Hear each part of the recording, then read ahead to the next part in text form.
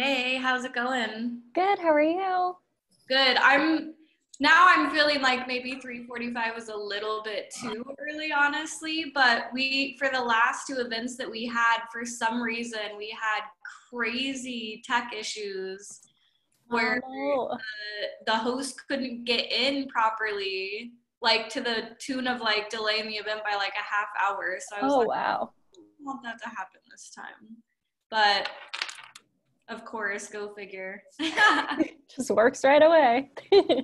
At home? Are you working from your home or is that your office? It's my office, yeah. Nice. Yeah, we got a new office. Got a window. Where are you guys based out of again? We're off of Kyrene and Baseline. Okay. Carrying in baseline. Awesome.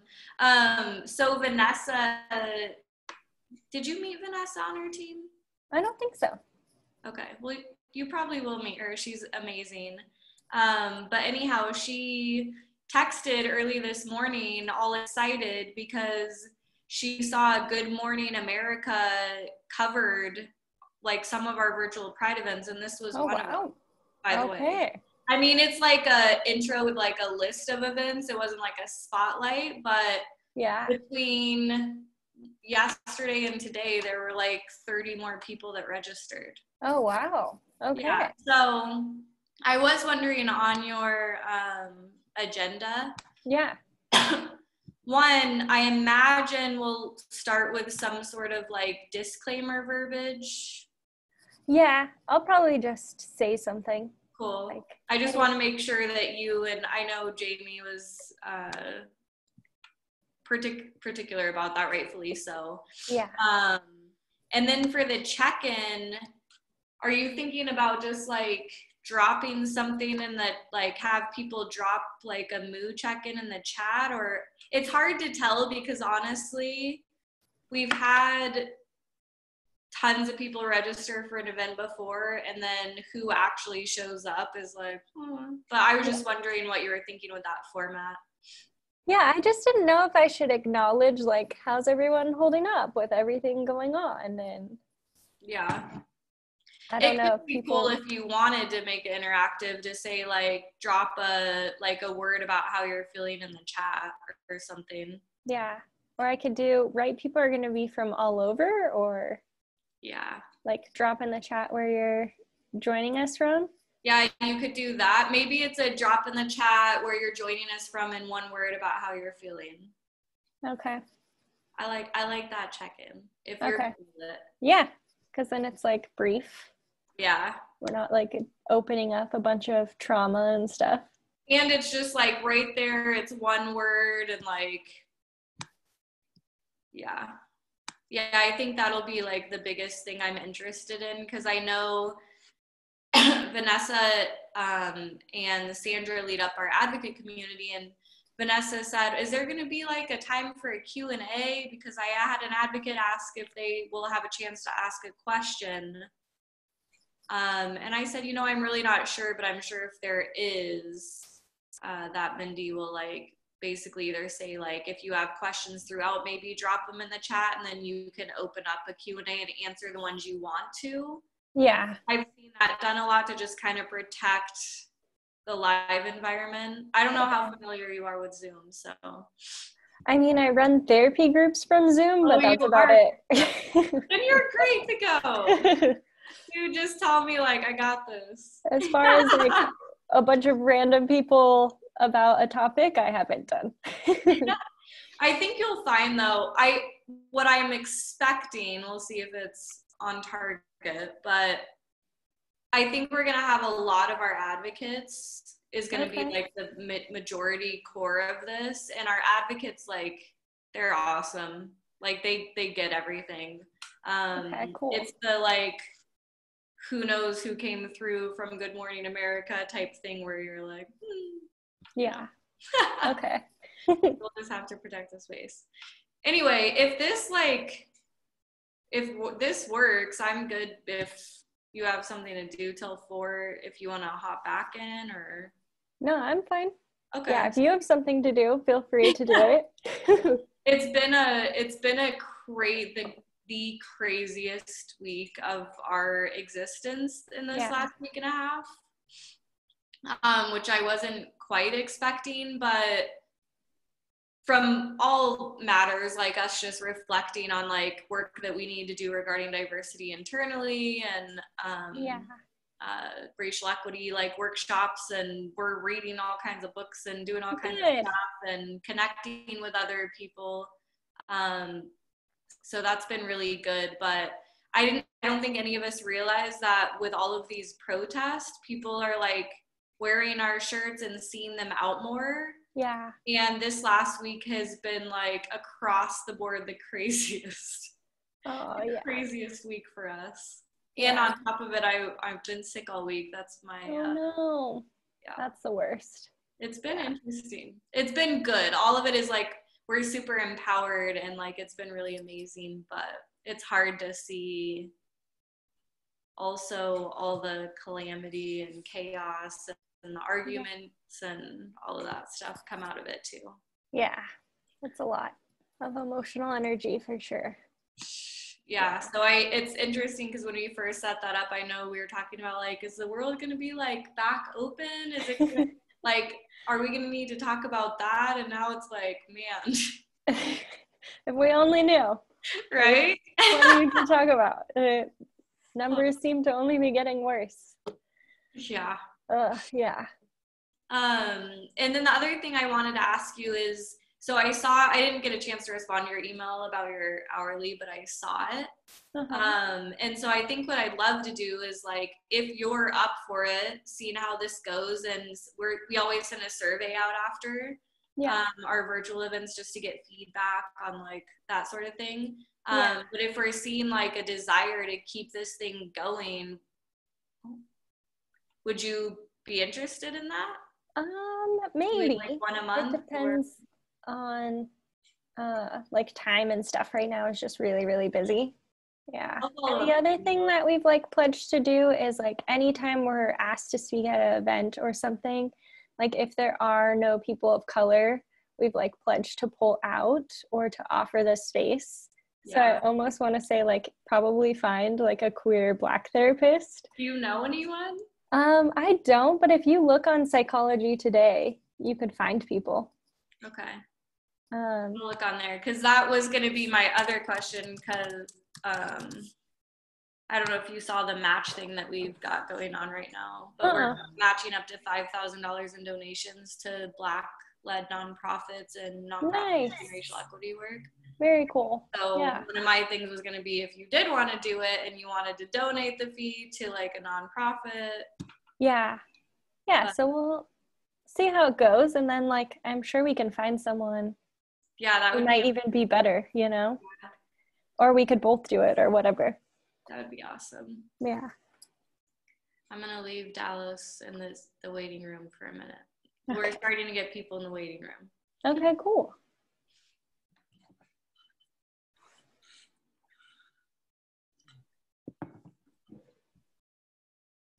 Have you ever heard of Sonia Renee Taylor? Mm-mm. Oh my God. You should check them out. So I'm doing this writing workshop for 3 months, and they did a workshop the other night.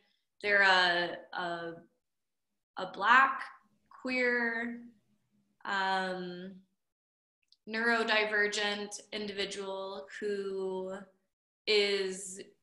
wrote a book called The Body Is Not an Apology. Oh yeah, I do know who that is. Yeah. Oh my gosh, my world was just like cracked wide open by them the other night on this workshop. I'm still going through it because it's like 3 hours long and pre-recorded, but I've been telling everyone like you need to listen to this person because wow. Yeah, I follow them on Insta and like TikTok, but I haven't read their book and stuff yet. I'm gonna get the book on my Kindle, and then I just saw that in February of next year there's like a workbook that goes with it too, and I love when authors do that, you know what I mean? So you can actually dive into their work at a different level with the framework. So that's cool. Excited. Yeah. Have you read Me and My White Supremacy? No. That one's super good. That one we go through as a practice together here. Oh, really? Yeah.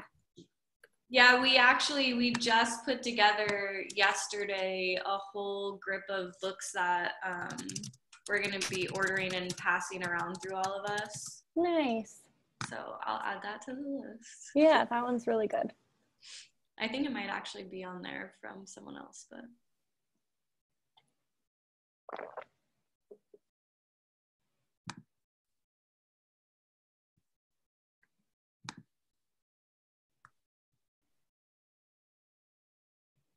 Want me to start letting people in?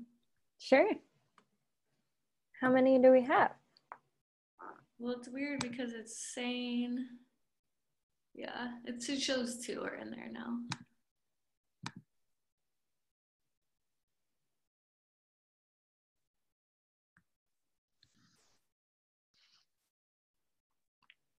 Hey. Hey. Cool space.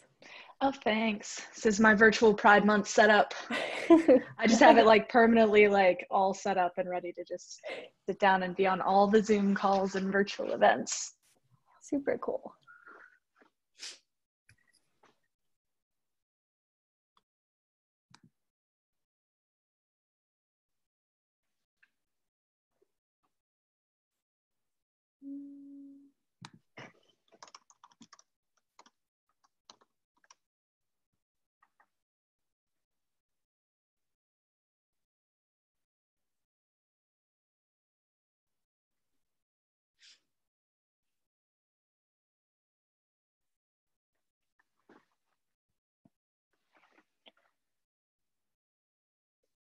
It needs to be like a DJ portion of this, so you can do like I know there always does.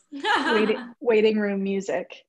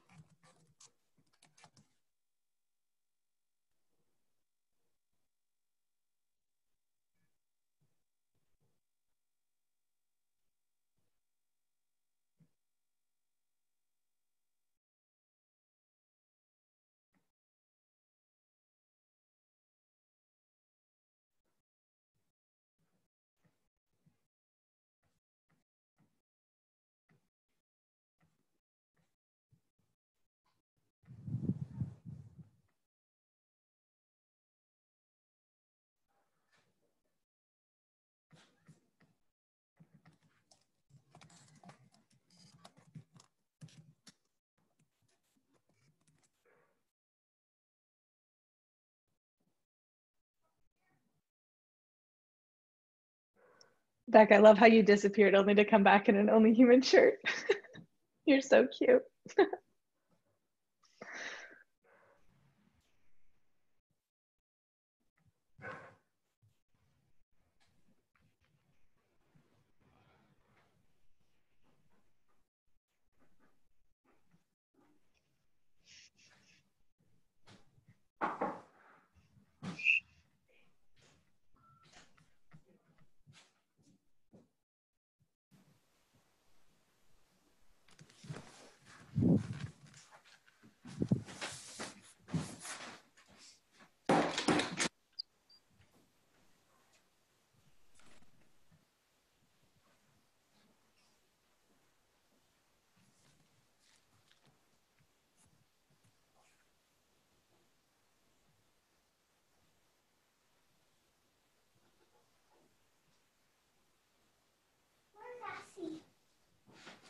Grammys.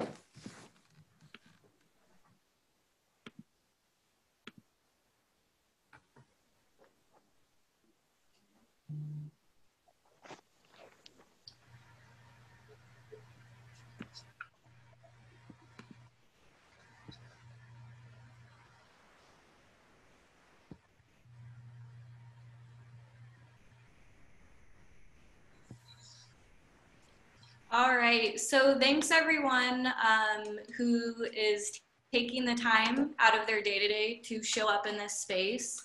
I'm Chrissy. I'm one of the owners of Only Human alongside Bree Pear, who's also on there waving her awesome hands. And today we're being joined by Mindy from Find Your Shine Therapy. And I want to just briefly tell you all a little bit about how our team here at Only Human knows Find Your Shine Therapy. I think 2 or 3 years ago now, we actually worked with the same group of therapists who are part of another organization for an event called Take Back the Night in support of survivors of sexual violence and assault. And they were doing some incredible support work and mental health work there. And now as part of Find Your Shine Therapy, this incredible group of humans has come together to form their own organization and continues to support humans with mental health. And last year at our Stay Suicide Awareness event that we hold annually, we had the pleasure of having, their team at the event and getting to know them better and kind of how they're helping humans locally here in Arizona, where both of our organizations are based. So today with us is Mindy, who can tell us about herself, but I just wanted to thank you all for, again, showing up in this space and being open-minded and talking about these topics of mental health that are at the core of everything Only Human is.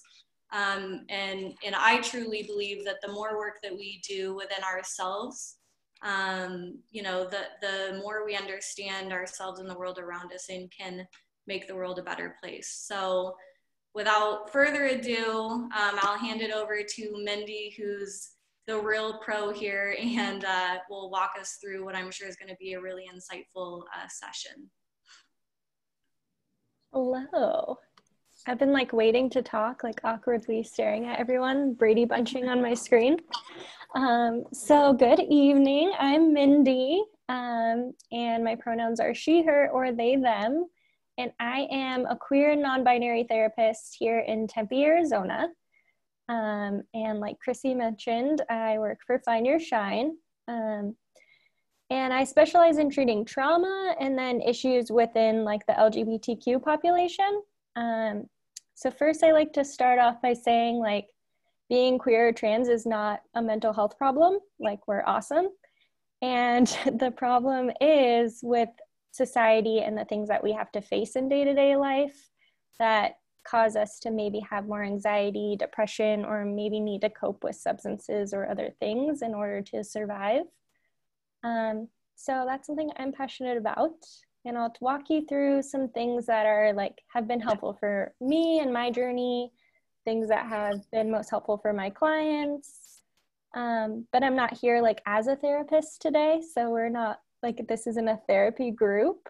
I'm here more of a peer and a support, just to share knowledge on mental health and things that might be helpful, and to answer any questions you have.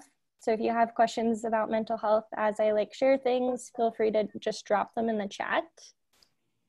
And yeah, there's a lot going on in the world. So it's normal to have a lot of feelings and emotions, especially during times like these. So I want to keep it a safe place for everybody, and I'll answer, whatever questions come up that I'm able to answer. And if I can't, I'll let you know. So any questions before we get started? Is there anything that you really want to know about mental health before I jump in and share a bunch of things? And if there is, you can throw it in there in the chat. And if not, that's okay too. So most things that I see come in for therapy, most people, what they're looking for is usually anxiety, depression, or maybe some past trauma. But mostly just day-to-day things that we might face, like minority stress. So if we are the only queer or trans person in our work or in our family or in our environment, it can feel really, really stressful and isolating. And it can sometimes cause us to really internalize that and think okay, well, what's wrong with me? Why don't I fit in the world around me? What am I doing wrong? And so the way that we can kind of work through some of that stuff in therapy is through building resilience. So resilience is just our ability to withstand all those things that we might face on a day-to-day basis and be able to communicate it and set healthy boundaries. And then I also work with people with gender dysphoria. So if our gender or our expression of our gender doesn't match what we were assigned at birth, that can cause a lot of anxiety or depression, or even through just coming out. So wherever you are in your own coming out journey, or the people that you love, we tend to go through this stage that's pretty stressful where we're questioning. And sometimes we might be doing that alone, and that can feel really isolating and cause a lot of stress. And it creates a lot of distress around what people might think if they know. So even for me, I haven't been out that long in my own space as a therapist, and a lot of therapists don't come out publicly. But I thought it was super important because we're not seen. And when we're not seen as a queer or trans person, then we tend to feel super alone. We think that we're the only one, or other people don't exist out there like us. So even for me, and Bree and Chrissy, you could speak to this too, my coworkers are super supportive and super nice and very affirming. And I was terrified. I was oh my gosh, I'm gonna get fired, because we were at the beginning of practice of all women. So I was well, I'm not a woman, I'm non-binary, so they're not gonna want me here. And I was terrified. So, and I have a lot of support and a lot of privilege. I'm also very cis passing and straight passing, so a lot of people in society won't know. So that tends to be something really personal and really stressing for us. So basically I help people work through that through building resilience. So what are some things that you all do to help cope or build resilience when you're facing things in your day-to-day life that are stressful due to being queer or trans? And you can unmute and shout it out. What helps you cope with some of those stressors?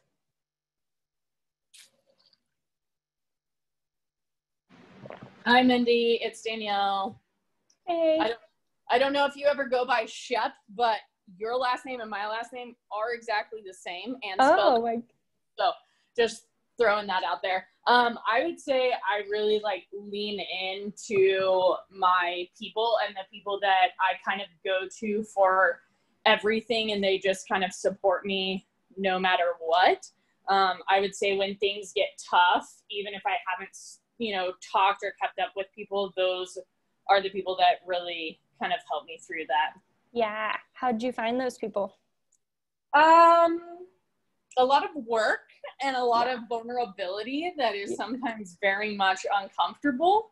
I know that like now I've been, I have really close friends that don't necessarily, they have a different perspective on everything going on in the world. And so that's kind of been really hard. And I have felt like, I'm the person, I need to have those conversations with them.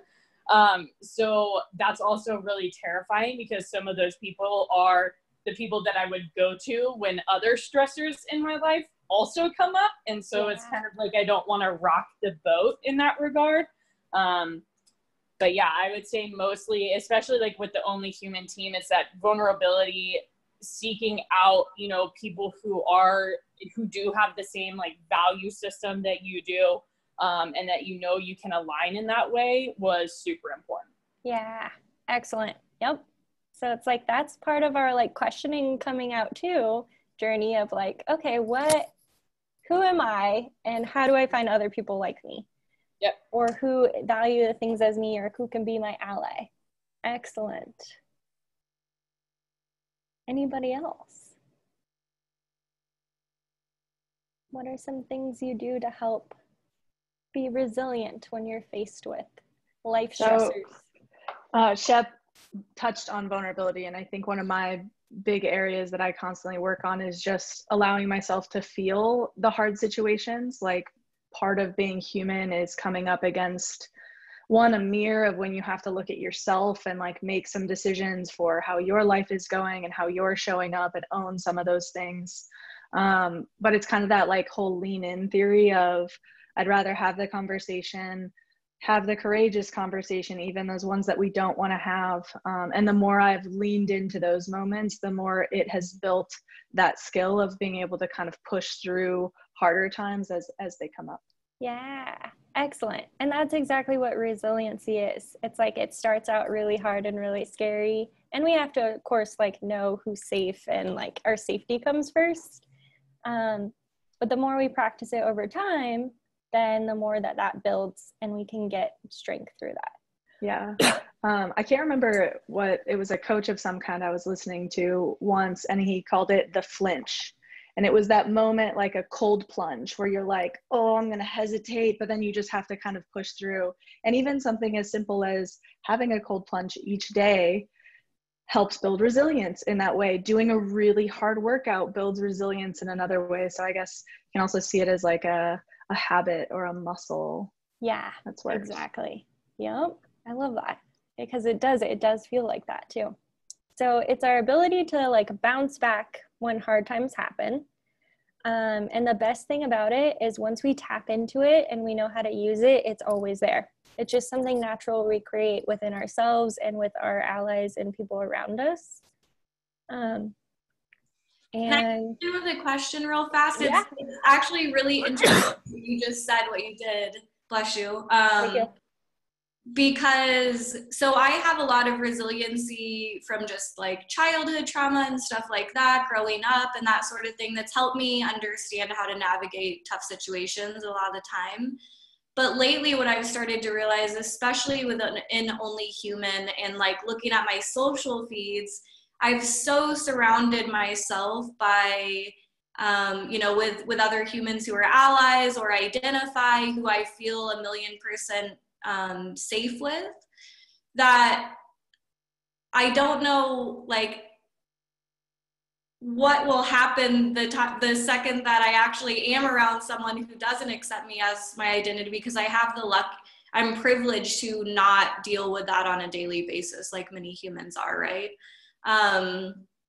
But I've been wondering, like, when that does happen, as I start getting out of this bubble a little bit more, am I still going to have that same resiliency, or is it going to kind of like be a new shock to the system? Yeah. Yeah, and then maybe you build resiliency in another area, something you weren't familiar with. Yeah. And even now, like with everything going on, like we as queer people know the importance of allies, and like now is our time where we're being allies for people who of color, or like just the Black Lives Matter movement in general. So we're going to have to build some resilience for that too, of like having hard conversations as they come up and things like that. So the resilience is like for ourselves and for anybody else we want to be an ally to. So it's important. And we develop it intrapersonally, which is just a fancy therapy way of saying within yourself, and interpersonally, which just means with other people. So the way that we do that, the way that we look at like minority stress in general is it's kind of like a spectrum. So it's like, it goes from like feeling like you don't fit in into like being homeless and being fired. So it depends on like our own privilege, who we are, our resources, and then the people we surround ourselves with. And these things, these microaggressions, so things that people might say that are hurtful, or they might even be unintentional or coming from what the other person thinks is a good place, they add up over time. So they're like little tiny digs at us that add up over time. Some people call it like death by 1,000 paper cuts, just because they're like, well, this person's nice and I know they don't mean it, but over time that's a lot of weight to carry. So we want to start to just notice those things, and then I'll teach you some ways to like counteract those or talk about them in a way that's like healthy, and that way we're not internalizing like shame around it. And some other things that are helpful with that are, let's say something happens, somebody says something, and the first time we experience something like that, we don't know what to do. We just freeze. So with trauma and like microaggressions and other things we face can feel traumatic too, we tend to do three things. We either fight, we're like aggressively like, no, that's not okay. Flight, we're like, I gotta get out of here, I can't be in this situation. Or freeze. And a lot of times, especially when we're like early on experiencing these things or recently have come out, we tend to freeze and like not know what to say. And then usually what follows that is we might be like, wait, I wish I said something there. And we might spend like that night at home replaying that situation over and over again. Like, why didn't I say something? Why didn't I do something different? Why didn't I stand up for myself? And then that just creates internal shame. And then we start to question who we are and like how we could have handled it differently. But the next time we can do it a little bit differently. Maybe we check in with a friend and we're like, hey, this happened. This person said this to me. And we can like role play with a friend of what we might say differently next time. And that's going to build resilience. And then the next time we might be like, okay, I know what to say in this situation. And then we can be like, actually, that's not okay to say. And then we can be like assertive and set our boundary with it. So it gets easier over time with practice. There's no like special magic pill. No one's born being able to have these tough conversations. It's just all through practice and like knowing our own self-worth. And it's hard to have self-worth if we're living in a world that tells us that like it's not okay to be different. And so we want to look at all the messages we received growing up related to being queer or trans. So for many people, they might not learn anything about it. I know for me, that was the case. I didn't really learn anything about it till I got older and like did my own research. So usually as queer and trans people, we don't learn about all the amazing queer and trans people in the world or throughout history. We end up like learning that all ourselves and researching like queer theory and queer history. And we might receive a lot of really negative thoughts and beliefs related to being queer or trans. from family members, coworkers, friends, whatever. And then we carry those with us until we realize like, oh, wait, that's me. What does that mean about me? And we have to do a lot of like unlearning and relearning about who we are. Did anybody grow up receiving a lot of positive queer messages from family or friends?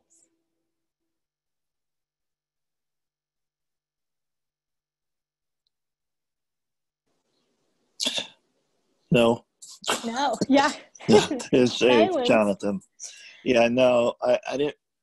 Personally, I didn't really even have the dialogue. Not, I knew Archie Bunker and things like that. I'm 51, and I grew up in Westchester County, which is closer to Manhattan, but in the suburbs. And it was Irish Italian neighborhood, and we didn't really gay. I didn't know what gay or anything was until maybe in my 20s, and then I realized what it was about. So there was no real dialogue about it on my end. Yeah, and thank you for sharing that. Yeah, so it looks like no one raised their hand and was like, yeah, I heard all these positive messages about being queer, right? And like as generations go on, we tend to like maybe learn a little bit sooner, and like hopefully we can like teach our own kids or whatever about it. But yeah, so it's tough. Like we are really carrying all these things on our own a lot of the time. And that's a lot to carry. And then makes sense why we would have anxiety or depression or like want to use substances to cope with things. It's because it can feel super isolating. Who has read up on like queer people as they gotten older?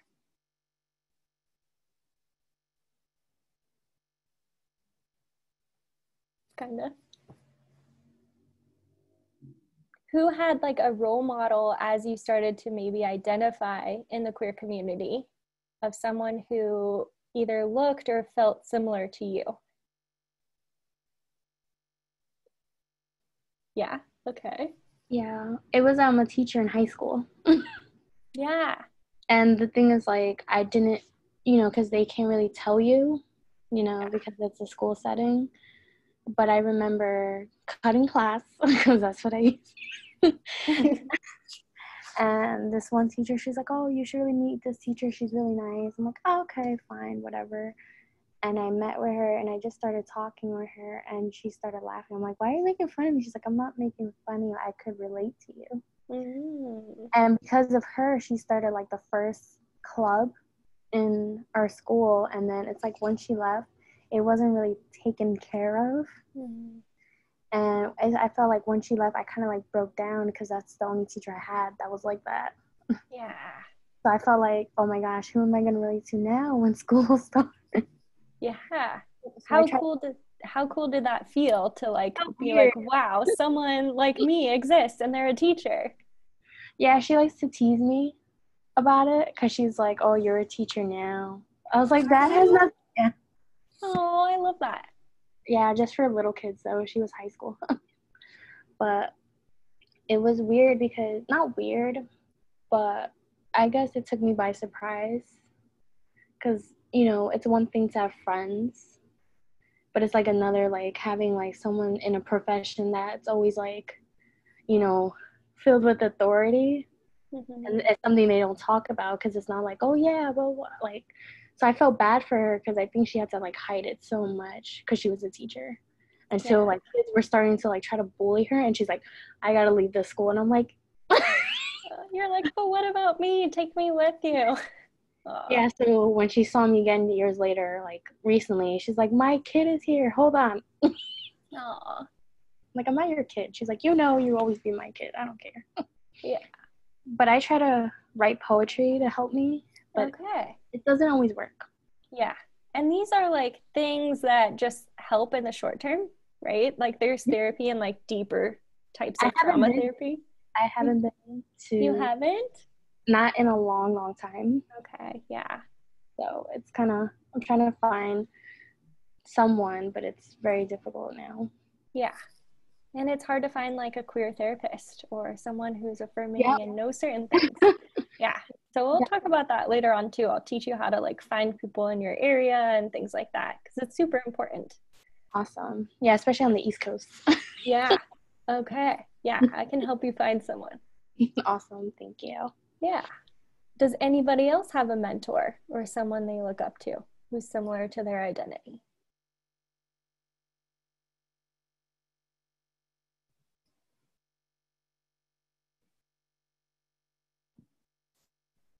If no one else is gonna go, I will tell you that for a long time growing up, I was confused if I was like admiring someone because they were a role model that I wanted to be like, or if I wanted to, like, if I was sexually attracted to them, right? And it wasn't until college, when I was getting a minor in women and gender studies, that I started, like, my world opened up to like Audre Lorde and like all of these super powerful, you know, queer identifying humans who I started then not having the opportunity to be sexually attracted to them because I was just like reading, you know, their work and that sort of thing in that way. And it was for the first time that through that kind of through the educational system and like looking at it through that lens that I was able to identify role models. Yeah. For me. That's awesome. Yeah. And I hear so many people now who are like, talk about lesbian TikTok that are like, I want to be you and I want to date you. Yeah. So I feel that. So yeah, it's good to find people who are like you, and we're like so savvy as queer people, and we can find each other online, and like most of our friends are online, and look at us meeting online right now.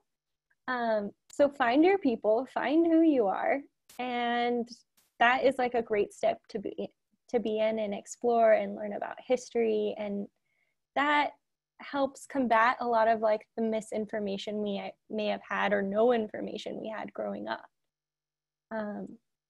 And then these are two like workbooks. So if you're like, Mindy, therapy is like way too expensive, these are some workbooks that I really like. So this workbook, Queer and Transgender Resilience Workbook, you can get it on Amazon, and then it has like tons of worksheets and stuff to go through to build resilience. And then if you're like questioning gender, and you can't afford to see a gender therapist, then this one's a really good one, Me and My Gender Identity. So both of those you can get on Amazon. And those are good to go through. And so with microaggressions or inappropriate things people might say to us, that usually causes like a lot of distress. So I'm going to teach you some ways to kind of combat that too.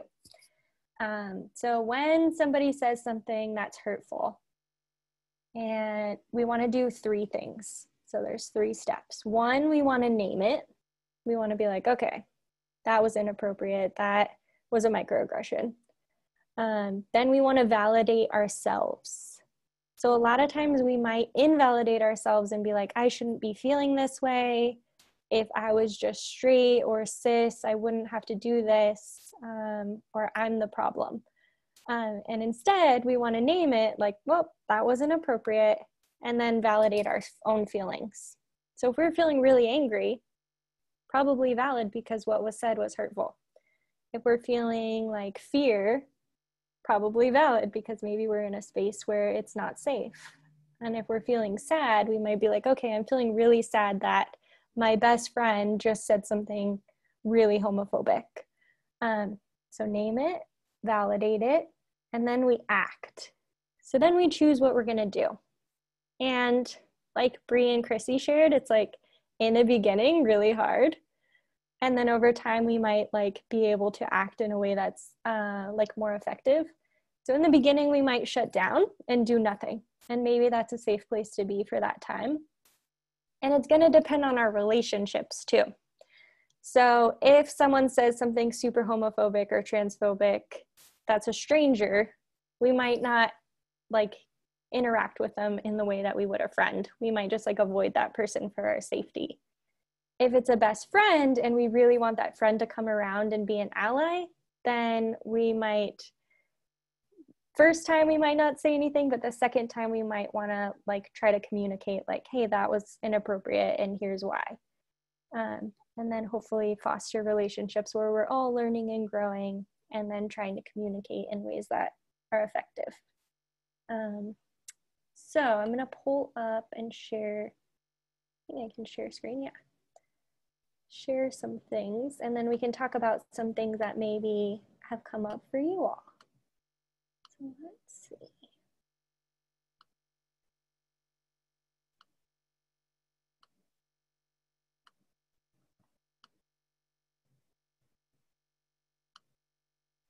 Okay, so these are some different things we can hear from family, friends, school colleagues. Can everyone see this? Give me a thumbs up. Yeah, I saw this meme the other day that was like Zoom calls. Can everyone see this? Okay, good. And that's like literally me every time. So these can be kind of triggering to look at. And so we'll go through a couple of them, and if emotions come up, just notice that. And then if you feel comfortable, maybe share some things that come up for you. So from family, we might hear things like, do you have to bring your partner to visit next month? So sometimes, a lot of times, if our parents are more conservative or just like heteronormative, then they might not take our like queer relationship that serious. And they might just think it's like a phase, or maybe they wouldn't engage with our partner in the way that they would if we were in a hetero relationship. So those comments can feel really hurtful. Growing up, I always thought you might turn out gay. I knew I should not have let you play with dolls growing up. So these are some hurtful things we might hear from family. And again, family might not know or understand, or might have their own good intentions behind it, but it doesn't feel good for us. Does anybody have any that come up with their own families that they would want to share? And again, I know it's triggering sometimes, so you don't have to. I think I have one, but I don't know if that counts, so. Okay, let's hear it. It was more like, as a kid, I was always like a tomboy. So, yeah. Like I was like in the middle, and then as I got older, I started like dressing like more girly. And when I used to tell people, they're like, oh, we already had an idea. I'm like, how? Because I'm pretty sure I don't have a big sticker on my forehead. Yeah. Yep, that's a perfect example. Like I always get told that every time, like, oh, I already figured. Like, that doesn't mean anything. Just because I was a tomboy and I like sports and I don't like chick flicks or like makeup like that, that doesn't mean anything. Yeah, and you're right, because those things don't define gender or sexuality. Can you stop biting me, please? Thank you. Is that your dog? Yeah. Oh, cute. He does this every time I don't. So yeah, that's a perfect example. It's like we might come out to someone and they might be like, oh, I always knew because you did this. And it's like, oh, then we start to feel self-conscious of like, oh. And sometimes that can also be validating if people are like, oh, I always knew. And we're like, okay, cool. And like we might feel like that lessens the blow. So it really depends on our own experience with it too.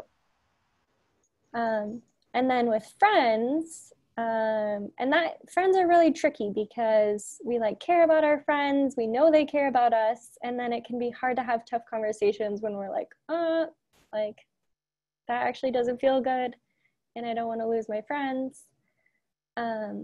So with friends, we might hear things like, I am so glad you told me you're trans, you're the first trans person I know. So we don't want to be like fetishized for being different, or we don't ever want to be like, oh, someone's gay best friend, right? We don't want to just be your friend because we're gay. We want like to be your friend because we're awesome in general. And also with school or colleagues, we don't want to hear things that are like, oh, it must be so hard to be gay, or I would never have known you were not a woman. So sometimes, like, especially for trans people think they're like being validating. They're like, oh, I would never have known that you were trans.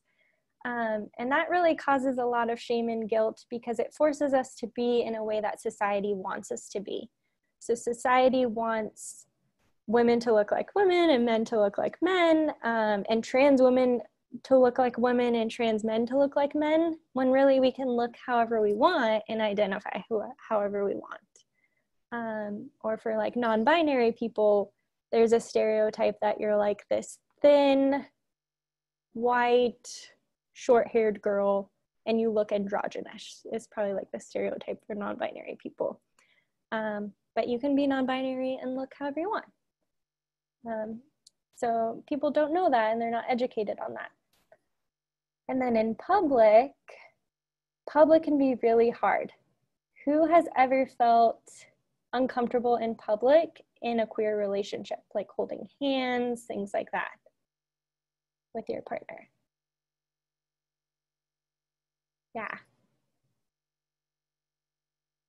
Yeah, so we're made to like feel different or unsafe, and people might make really inappropriate comments just from lack of understanding, lack of education, and we don't ever want to be put in the place where we're like educating other people on us. We want other people to educate themselves. And this is from this workbook. So this goes through the microaggressions, and then in the workbook, you'll write like your own. Here are all the ones I've experienced in those categories. And then what happens is we start to create these negative messages towards ourselves when they happen.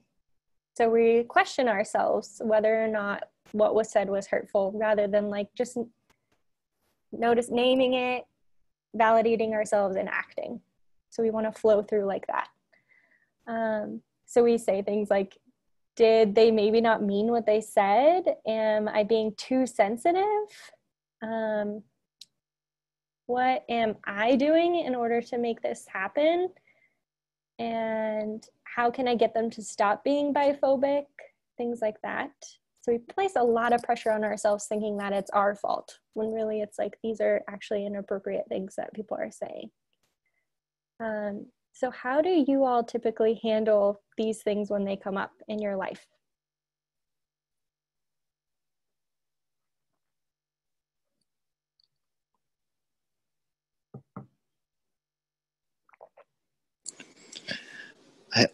It's Jonathan again. I think for me, it really became a process of education. Yeah. And understanding the truth of my own truth, I should say. You know, when I first came out, you know, it was like 1994, and anybody I came out to was still worried I was going to get AIDS. And oh my gosh, you're going to get AIDS. And so therefore I convinced myself I was going to get AIDS. And oh my gosh, and that was the big issue for me for a lot of years. So even there would be periods of time I wasn't having sex, I was still getting tested. So really it was about education and also understanding that there is that phenomenon of internalized homophobia. Yeah.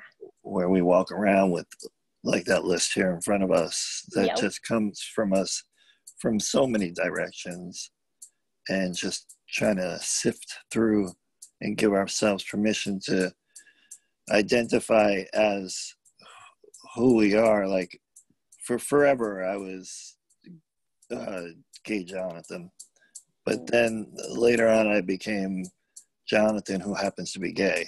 Yeah. I also have tattoos. I also cook, you know, all these other attributes to myself. That it's not singularly, I'm not just gay. Yeah. Yeah, you're absolutely right. Yeah, thank you for sharing that. Yeah, so it's like we identify who we are, we relearn things, we work through our own internalized homophobia, and then we start to know like, okay, just being queer isn't all of me. These are all the other things about me that make me me. Yeah. Thank you for sharing that.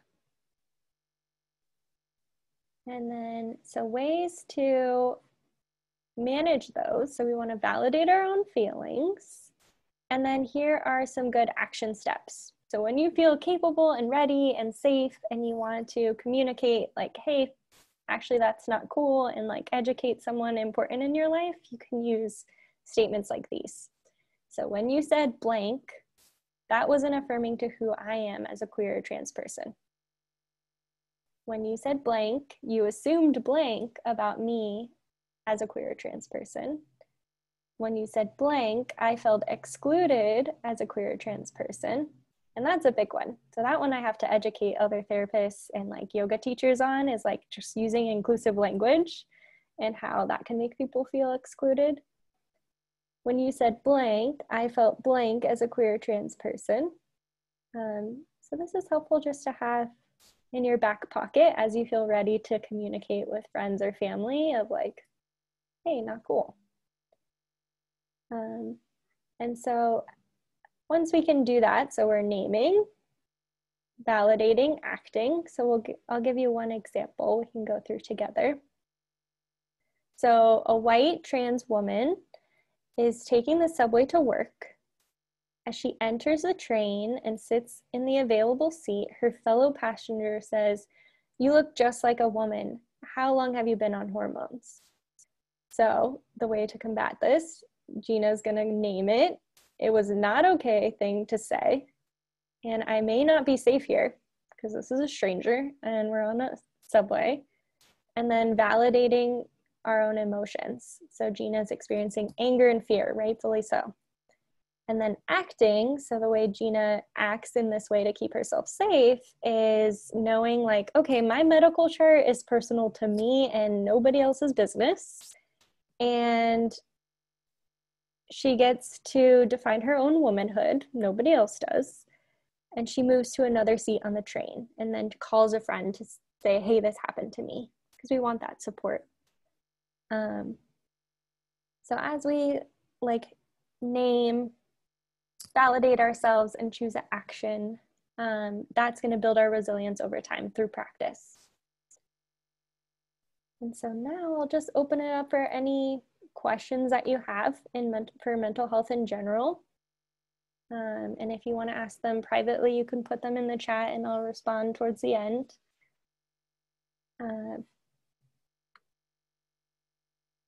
And then the other thing is like finding an affirming provider. So affirming just means that when you find a therapist, that they're going to accept you for who you are and not try to change your mind about it. And unfortunately, that is like not the case for most therapists. So therapists, doctors, most providers in general don't really have any training. They're not required to have any training on queer or trans people. So that's usually extra additional education that people get on their own outside of their original schooling. And if they do have schooling, it's like a basic class, like a diversity class. It doesn't really go into microaggressions or inappropriate things to say or things like that. So if you want to find an affirming provider, so someone who knows about queer and trans people, then you can go onto websites like Psychology Today, Therapy Den. If you're in California, there's one called Gay Lesta. And you can like click boxes for like different types. Therapy Den is really good because you can actually like pick a non-binary provider if you want. Other places don't have that. And then when you call, you want to call and like talk to the therapist to see if they might be a good fit. And you might ask questions like, what trainings have you done on like related to LGBTQ issues? How long have you seen queer or trans clients? Are you a queer person yourself? And people may or may not answer that. And you're just doing that to gather information for your own safety to make sure that that person is a good fit for you. And then on top of that, just make sure that you like get along with that person.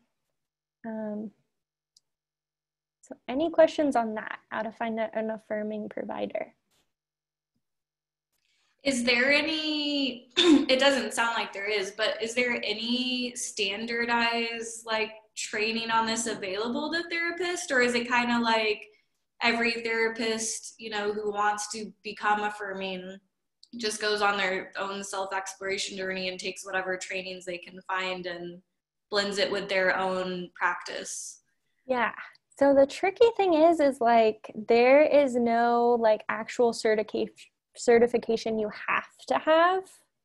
So anyone can really call themselves that, and they might not really even know what that means. And that's why it's good to like ask questions, because they might be like, oh yeah, I'm cool with queer and trans people. And it's like, you actually don't know anything about it. And then we'll spend, like, therapy is expensive. So then we spend a lot of time explaining queer issues to someone, and we don't really want to waste our time or our money on that. We want someone who already knows and understands queer related issues. So there are trainings that people will take related to being like a gender therapist or like LGBTQ affirming. And so we'll just like ask nicely. We're not like coming at them like, what do you know? But we're like, hey, what trainings have you done? How long have you worked with this population? And then there is like some certifications that people might have, but they're not required.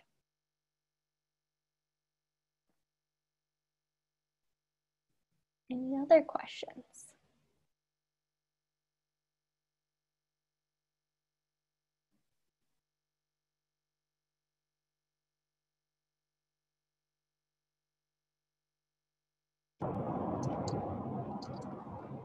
Hey Mindy, this is Said.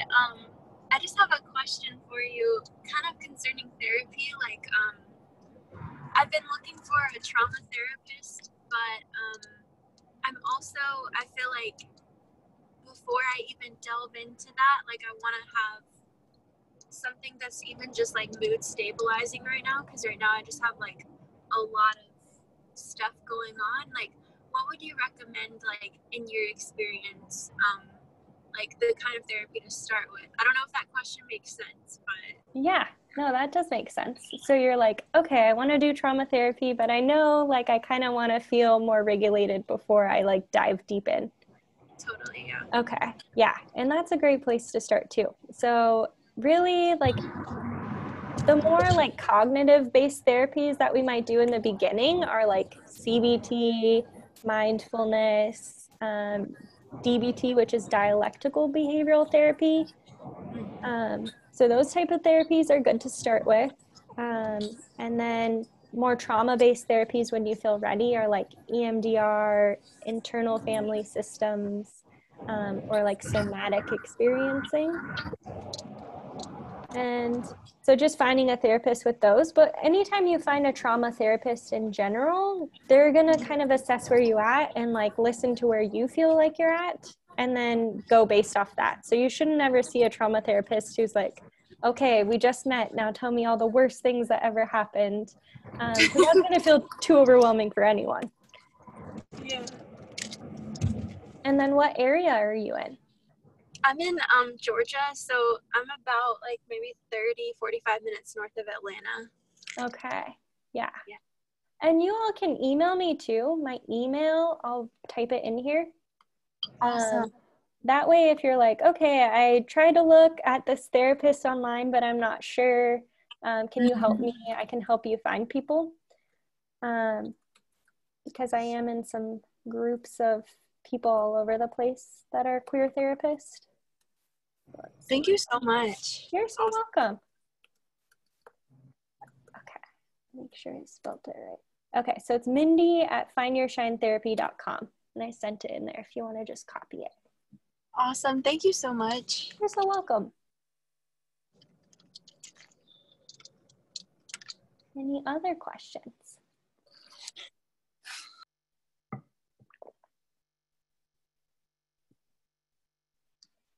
I see that Jonathan put one in the chat box, and I really love it. It's, can you suggest how to cope with triggers of helplessness and or over-identifying with others, especially in light of COVID and the Black Lives Matter movement? Yeah, so that's a tough one too. Like, I know, at least for me, and like, please tell me if anybody else feels this way too. It's like, I know how important allies are. So right now I'm doing like everything I can as far as reading, researching, protesting, donating, and that can feel super overwhelming. And we can like over-identify with it, where it's like, whoa, I know what it's like to need an ally, and like people need to do these things. So to kind of cope with that and like recent triggers with different things, we want to find like small moments where we can do something we enjoy. And that can feel really conflicting when it's like there's so much hurt going on. It can feel conflicting to feel joy. So really we want to just feel it in a way and take time for ourselves in a way that is going to help us recharge to be able to do more. Because if we're just doing, then we're going to feel way too overwhelmed and we're going to burn ourselves out and we're not going to be able to help anybody. So we just want to do things that can help us cope and feel good. What are some things that help you guys cope? Shout out a few. Mine right now is watching like Queer Eye. There's a new season and I like can't watch it without crying. So for me, it's like watching a short amount of show, breathing. There's a lot of different breath techniques that are helpful, yoga, and I'll try to do like one thing a day. Someone put photography. I started a new basketball program, so I'm doing like one-on-one training, and then I'm also working on like my vertical jump. And honestly, like basketball is my outlet. It makes me happy.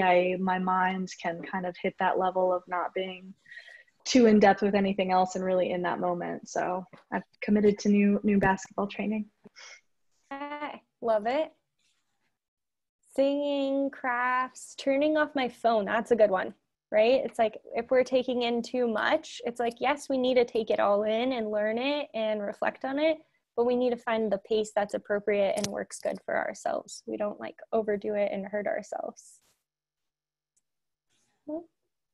Hi, my name's Nikki. Hi, Nikki. So mine was going to concerts. That's clearly not happening.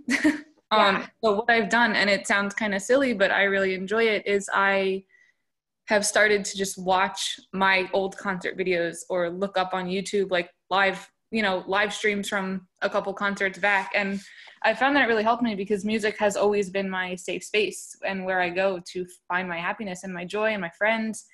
And that's pretty much being taken away for the next year. So I've found a lot of joy in just rewatching live shows, really. I love that. That's a good one. And you're right. It's like, we don't know when we'll have concerts again. And if that was your outlet, I love that you found ways to like reflect and still enjoy it. Yeah, so it's innovative, but it works. Yeah. The other day, I randomly stumbled into Twitch. I will throw out there that I didn't realize how many concerts are going on like all the time that you can just live stream, jump on and watch. And it was really cool getting to see like musicians in their home just jamming, like having a concert right there. Cause I love going to shows. I love the energy of it. It's obviously not the same at home, but you should check those out too. Yeah, for sure. Thank you. And I know a lot of them on Twitch are also doing fundraisers too. And some of them are selling like $5 tickets to raise money and stuff. So it's been awesome. Yeah, I agree. Good. Walking my dog, thrift old clothes into new ones. Love that.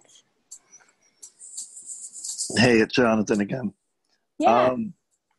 One thing, it's really out of the box, but there's this thing called Cameo online where you can send celebrities, send your friends celebrity messages. So once in a while, I'll send myself a message from a celebrity. That's awesome. And like Melissa Etheridge just did one for me right before she had the tragedy, but it was pretty cool. And it was pretty cool because they ask you when you're setting it up, is it for you or for somebody else? And I was like, because I usually send them out to everybody else. And I'm like, well, I could do it for me. Why not? And sure enough, I get this positive affirmation from somebody that I kind of look up to. So it's pretty cool. That's so cool. Yeah. And I love that. Because you're like, I usually do it to other people. And then you're like, this one's for me. Yeah. Very cool. So a lot of good things. So keep doing those things and notice if you feel like, oh, I'm feeling guilty, I shouldn't be feeling this. And know like that's just your resource so you can get out there and keep fighting and keep doing what's right and helping other people. Like we can't help other people and make it through things if we're not like taking time for ourselves to help cope and recharge. So all it is just ways of recharging so we can withstand more things, more adversity, unfortunately, that we might have to face in our life. So thank you all so much. If you have more questions, oh, go ahead. Can I ask just a very quick question on behalf of someone? So if coming out to my family is terrifying and I'm not ready to do so, but being in the closet is taking a toll on my mental health, what steps can I take to feel better about getting where I need to be to come out to my parents? Yeah, that's a good question. Yeah, so coming out is like so personal, right? It's like we don't want anyone to force us. We don't want to force ourselves. And then being closeted and hiding who we are also hurts. So really that's about taking it at our own pace and like maybe coming out to someone safe. Has this person like come out to anyone? Yes, have a couple of friends and siblings that know, but okay. I think just honestly, I was in this situation about 10 years ago, so it's so ringing a bell, but yeah, siblings know. I think I continued to slowly come out to more and more people that I felt safe with until it was a point that I felt I had a support system, even if I was cut off or, So that's the answer. Yep. It's like finding that support little by little. We're like gaining that resilience. And then when we feel ready, going for it. And then having a plan, right? So safety is always first. Like if it's not safe, or for a lot of queer people, we're like financially tied to our family. And like that's terrifying to like think of being homeless or not having that support. So safety first, and then having a support plan after. So if you're going to come out to your family, what are you going to do afterwards? Who are you going to surround yourself with for support and to cope with it? And one of my favorite skills is a DBT skill. It's called cope ahead. So we want to like sit and imagine what is the worst possible thing that can happen if I come out to my family. And then imagine if that really did happen and what you would do. And that way, when you get there, you've already planned it out in your mind and you're like, okay, if they disown me, this is where I'm going to live. This is how I'm going to support myself. This is a homeless shelter I can go to, whatever the worst case scenario is. And then usually when it happens, it doesn't happen the way we imagine it. It's usually a lot less, not for everyone, but for most of us. And so coping ahead with it is always good. So safety, cope ahead, and then have a support plan would be the skills I would offer. I can throw out a couple more things too. Our advocate community, free to join us, but since we're lesbian run, we tend to have a lot of really affirming people in our community. We've seen wonderful support groups happen, so awesome community to surround yourself with, and those feelings of safety and love and support from others. And then we also did a free coming out guide that kind of helped you prompt with questions that put that plan in place for yourself. Because like Mindy said, it's so deeply personal, each coming out journey, and you just being able to cope ahead and think about those things helps a ton. And then the last thing with that too is if you look up the stages of coming out, is that in your workbook, Bree? The stages of coming out? I don't think so. I would love to hear more about that. Yeah, so if you look up the stages of coming out too, it can be helpful to see where you're at in your own process and know that that's a normal place to be. And then if you have more questions or anything, feel free to reach out. And then I do take like a small caseload of people at a discounted rate. So if you know anyone who can't afford therapy in Arizona who's queer or trans, you can let them know they can reach out for me for a sliding scale if needed too. And that's all I got. Awesome. Thank you so much, Mindy, for sharing your insight and just your experience and guidance with us today. It's been really helpful for me and I'm sure everyone else. I also just wanted to tell everyone who's on this today that we do have other virtual events going on all month. So I'm not sure how all of us found our way here today, but moving forward, if you want to come along, we have line dancing tomorrow night, a gender pronoun workshop, a queer parent meetup this weekend. And so I'll go ahead and drop that link as well underneath the advocate community link that I dropped. And hopefully, you know, if this has been meaningful for you or you felt safe here, just know that just know that in a lot of our other events, we also have the same sort of a vibe, and we welcome you to that for sure. So thank you. Hi, Wilder. Also, this is, my son Wilder who busted in. Best cameo at the end there. Thank you, everyone, so much. Thank you, guys. Bye. Thank you. Thanks, Mindy.